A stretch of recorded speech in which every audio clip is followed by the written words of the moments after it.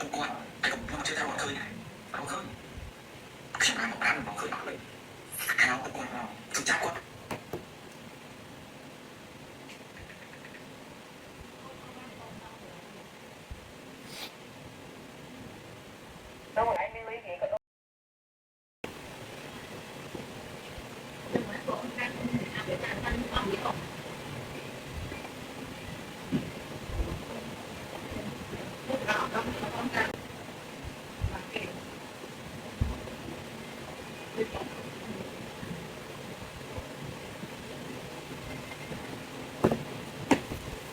បាទសូមគោរពជំរាបសួរដល់បងប្អូនទាំងអស់គ្នា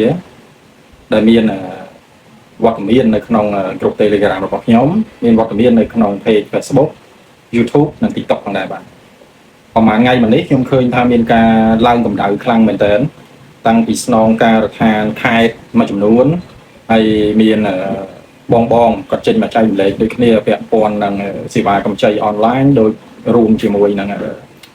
គេហៅថាកម្ចីឯកជនដែលស៊ីការប្រាក់ខ្ពស់នោះឯងបាទអញ្ចឹង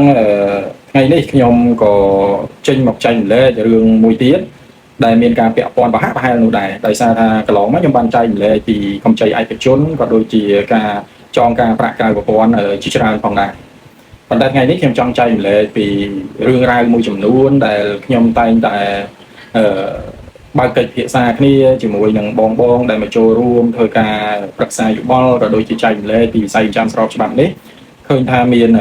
បុគ្គលិកធនាគារជាច្រើនឃើញថាមានគាត់មើលឃើញចន្លោះប្រហោងទៅលើកិច្ចការងារដែលឆក់ល្វែងជាមួយនឹងខាងគ្រឹះស្ថានក៏ដូចជាធនាគារនោះគាត់ចេញមកចាប់ដៃគ្នាទៅបើកអាជីវកម្មគេហៅថារាប់ជាលុយថ្ងៃរលុយអាទិត្យអីនោះឯងដែលគាត់មានបទពិសោធន៍ជាខាងលក្ខណៈគេហៅថាមន្ត្រីអន្តទានអញ្ចឹងគឺគាត់មើលឃើញឱកាសហើយគាត់ក៏បានសហការគ្នា5ទៅ10នាក់នោះដើម្បីទៅបើកដំណើរការអាជីវកម្មមួយដែលគេហៅថាដាក់ជាលុយរួមអីផ្សេងអ្នកខ្លះក៏គាត់ទៅរត់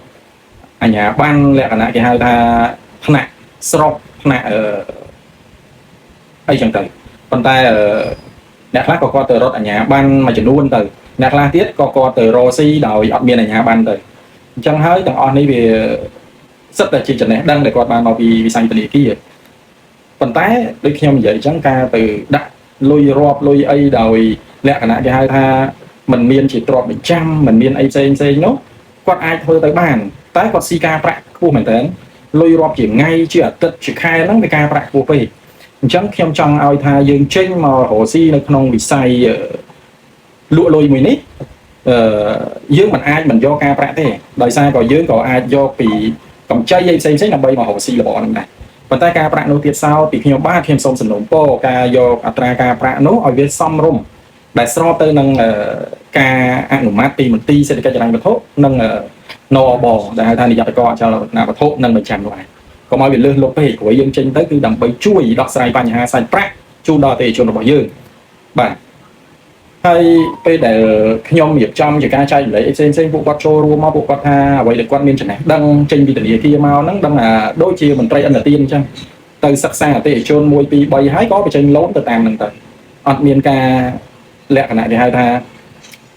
វិនិច្ឆ័យច្រើនទេហើយបន្តមកពេលដែលមានបញ្ហាអីផ្សេងបានគាត់ចាប់ផ្ដើមរកដំណោះស្រាយព្រោះអីវិស័យលក់លុយនេះវាមិនមែនតែប៉ុណ្្នឹងណាវាត្រូវការកិច្ចសន្យាមួយដែលច្បាស់លាស់វាត្រូវការកិច្ចសន្យាដែលមានការទទួលស្គាល់ចេញពីនាយកដ្ឋានអចលនវត្ថុនិងបញ្ចាំវិធីសាស្ត្រក្នុងការដោះស្រាយមកអតិថិជនវិធីសាស្ត្រក្នុងការបញ្ចេញសាច់ប្រាក់ហើយវិធីសាស្ត្រក្នុងការប្រមូលសាច់ប្រាក់ចូលមកវិញប៉ុន្តែគាត់មើលឃើញតែមួយជ្រុងគាត់សហការគ្នាទៅធ្វើកិច្ចការងារហ្នឹងហើយមួយទៀតសោតអ្វីដែលកំពុងតែក្តៅនោះគឺកំពុងក្តៅប្រហែលថ្ងៃនេះមានការផុសមករហូតនោះគឺក្រុមមួយចំនួនគាត់សហការគ្នាចេញជាក្រុមចេញជាប្រព័ន្ធមួយដើម្បីទៅបញ្ចេញសាច់ប្រាក់ខ្ញុំមើលឃើញវាការប្រាក់ដែលយកពីអតិថិជននោះវាច្រើនលើសលប់ខ្លាំងមែនទែនគ្មានវិជ្ជាជីវៈជាអ្នករកស៊ីក្នុងវិស័យលុយសោះគាត់$1000ឧទាហរណ៍ការខ្ចី1000ចង់ចាប់អតិថិជនបានតែ500ទៅប្រើប្រាក់ទេអញ្ចឹងនេះជាការជួយដោះស្រាយបញ្ហាសាច់ប្រាក់គាត់ឬក៏ជាការទៅជន់កអតិថិជនថែមអញ្ចឹងខ្ញុំក៏សូមសំណូមពរដែរបងដែលរកស៊ីក្នុងវិស័យលុយបងធ្វើចោះប៉ុន្តែសូមឲ្យមានគេហៅថាមនសិការក៏ដូចជាមានលក្ខណៈគេថាជួយដល់អតិថិជនយើងគាត់កំពុងតែពិបាកហើយយើងទៅបន្ថែមបន្ទុកគាត់ ក៏អត់បានដែរខ្ញុំសូមសំណូមពរខ្ញុំអត់អីជាសមត្ថកិច្ចអី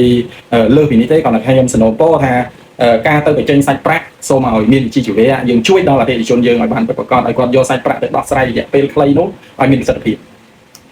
ដើម្បីអីជាការរីកចម្រើននៃប្រទេសជាតិយើងលើកស្ទួយសេដ្ឋកិច្ចជាតិយើងហ្នឹងបាទ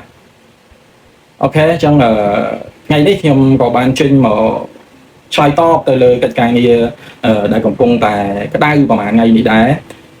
ខ្ញុំសូមចែករំលែកតែប៉ុណ្ណេះចុះអញ្ចឹងបើសិនជាមានការខុសឆ្គងអីសូមមេត្តាខន្តីអភ័យទោសផងព្រោះអីយើងឃើញព័ត៌មានភ្លាមគឺយើងចេញមកចែករំលែកដើម្បីឲ្យបងប្អូនទទួលបាននៅចំណេះដឹងដើម្បីឲ្យបងប្អូនទាំងអតិថិជនទាំងយើងជាម្ចាស់លុយទៅបញ្ចេញលុយនោះឲ្យយើងសប្បាយចិត្តទាំងអស់គ្នាបាទហើយបើសិនជាយើងមានជាព័ត៌មានអីថ្មីទៀតយើងខ្ញុំនឹងអាប់ដេតជូនទៅដល់បងប្អូនបន្ថែមទៀតដើម្បីជាចំណេះដឹងនៅក្នុងវិស័យលុយមួយនេះផងដែរបាទអញ្ចឹងពីខ្ញុំបាទបូរដំវិជា